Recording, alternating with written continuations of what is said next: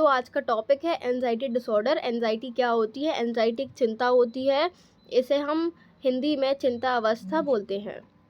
ठीक है, तो एंजाइटी डिसऑर्डर क्या है? Anxiety disorder is a mental disorder. ये चीज़ क्लियर है। एंजाइटी जो है वो एक मेंटल इलनेस है which a person experience excessive persistent fear, worry or nervousness that is out of proportion to the situation and interference with daily life। तो इसका मतलब क्या है कि आपको एक रेगुलर फियर रह रहा है, एक वरी चिंता रह रही है, या आप नर्वसनेस रह रही है। ठीक है, एक एक्सेसिव लेवल पे आप एक्सपीरियंस कर रहे हो उस चीज़ को। एक तो नॉर्मल होता है पॉजिटिव वे में, जब आप उस एनजाइटी को, चिंता को नेगेटिव वे में ले जाते हो, ज़्यादा ले जाते हो, जिससे आपकी लाइफ में इंटरफेरेंस हो रही है ना, और जो आपकी सिचुएशन है वो आउट ऑफ प्रोपोर्शन चली गई है, तो वो हमारी डिसऑर्डर में आ जाती है। एक पॉजिटिव लेवल पर आप चिंता कर रहे हो, वो चीज़ ठीक है, और आप एक नेगेटिव वे में ले जा रहे हो कि ज़्यादा चिंता करना, डरना उस चीज़ से, नर्वस होना, जिसमें कि आपको पैनिक अटैक भी आ जाते हैं, तो उसे हम एंजाइटी डिसऑर्डर बोलेंगे। In simple words, anxiety disorder mean feeling worried और scared all the time when there is no real danger. अगर डेंजर भी नहीं है, लेकिन आप उस चीज़ को सोच कर परेशान हो रहे हो, चिंता कर रहे हो, और हर टाइम डरे रह रहे हो, परेशान रह रहे हो, है ना, तो उसे हम एंजाइटी डिसऑर्डर बोलेंगे, चिंता अवस्था। और उसके बाद है common symptoms of anxiety disorder. हम कैसे पहचानें कि हमको एंजाइटी डिसऑर्डर है?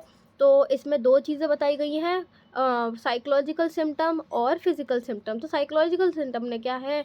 Constant worry and fear. आप कंटिन्यूसली वरी और फियर कर रहे हो। ठीक है, फीलिंग रेस्टलेस और टेंस। आप अब फीलिंग रेस्टलेस, आपको आराम नहीं मिल रहा और आप बहुत टेंस रह रहे हो। ठीक है, डिफ़िकल्टी कंसंट्रेशन, आप किसी चीज़ पे कंसंट्रेट नहीं कर पा रहे, उस चीज़ में आपको प्रॉब्लम आ रही है। Fourth point, fear of losing control. आप कभी कभी आपको डर है कि मैं अपना कंट्रोल खो दूंगा।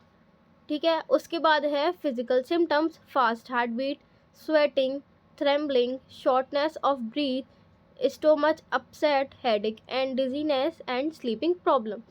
आपकी हार्ट बीट तेज़ हो जाती है, पसीना आ जाता है, कपकपाते हो, सांस नहीं ली जाती, है ना, स्टोमच भी अपसेट हो जाता है। कभी कभी देखा होगा आपने कुछ लोगों को कि उन्हें कोई परेशानी आई तो वो डायरेक्ट उनका पेट खराब हो जाता है और वो वॉशरूम चले जाते हैं टेंशन में। उसके बाद हेडेक, डिजीनेस और स्लीपिंग प्रॉब्लम, रात में सोने में भी दिक्कत आ जाती है, या तो आप ज़्यादा सोने लग जाते हो या आप बिल्कुल नहीं सोते। उसके बाद है cause of anxiety disorder.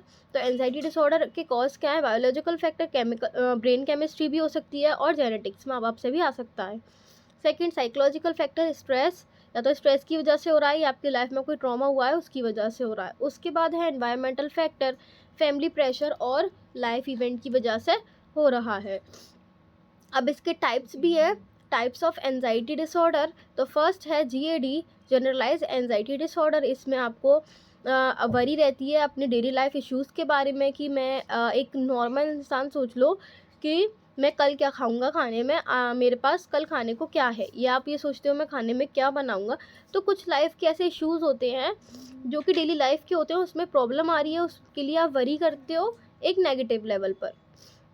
Worry लास्टेज of month और ईयर, आप ये सोचते हो कि आप चिंता कर रहे हो, वरी कर रहे हो कि हमारे लास्ट के मंथ में, ईयर में हमारा क्या होगा। ये सब चीज़ें जीएडी में आती हैं। सेकंड है पैनिक डिसऑर्डर। पैनिक डिसऑर्डर में बताई मैंने आपको, चेस्ट पेन, ब्रेथिंगलेस ऐसी हो जाती है, सडन पैनिक, वो सडन आते हैं पैनिक अटैक्स, पहली बात। दूसरी बात, intense fear with chest pain.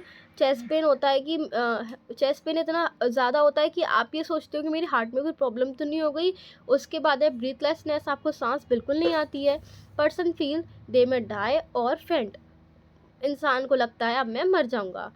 उसके बाद है फोबिक डिसऑर्डर। फोबिक डिसऑर्डर में क्या है, आप हर चीज़ से डरने लग जाते हो, उस चीज़ की आप चिंता करते हो। फर्स्ट है इरिटेशनल फियर ऑफ स्पेसिफिक ऑब्जेक्ट और सिचुएशन। या तो आप किसी सिचुएशन से डर रहे हो या फिर किसी ऑब्जेक्ट से डर रहे हो। सिचुएशन में एग्जांपल है अंधेरा। किसी लोग कभी अंधेरा हो जाए, ऐसी सिचुएशन आ जाए तो लोग बहुत ज़्यादा डरने लग जाते हैं, कँपकँपाने लग जाते हैं, ठीक है। कुछ लोगों को एनिमल से डर लगता है, कुछ लोगों को हाइट से डर लगता है, वो चीज़ है। फोर्थ पॉइंट है social anxiety disorder, fear of social situation. कुछ सोशल सिचुएशन ऐसी होती हैं जिससे आप डरते हो। सेकंड है फियर ऑफ एम्बेरस्ड और जजमेंट। अगर आप सोसाइटी में जाओगे, किसी ने आपको एम्बेरस्ड करा और जजमेंट किया, तो आप उस चीज़ से भी डरते हो, इसलिए आप अपने घर में रहते हो। उस चीज़ को सोशल एंजाइटी डिसऑर्डर कहते हैं, कि आप अपनी सोसाइटी को फेस ही नहीं करना चाहते। उसके बाद है सेपरेशन एंजाइटी डिसऑर्डर। सेपरेशन, आप किसी से अलग नहीं हो सकते। आप किसी से प्यार करते हो, जैसे बच्चे अपनी माँ से प्यार करते हो, तो अपनी माँ से अलग नहीं हो सकते, वो चीज़। Excessive fear of being away from loved ones, common in children but can occur in adults.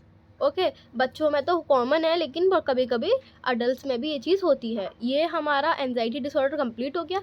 Anxiety disorder मतलब चिंता। जब आप चिंता को एक नेगेटिव लेवल पे ले जाते हो तो एक डिसऑर्डर बन जाती है, इलनेस बन जाती है।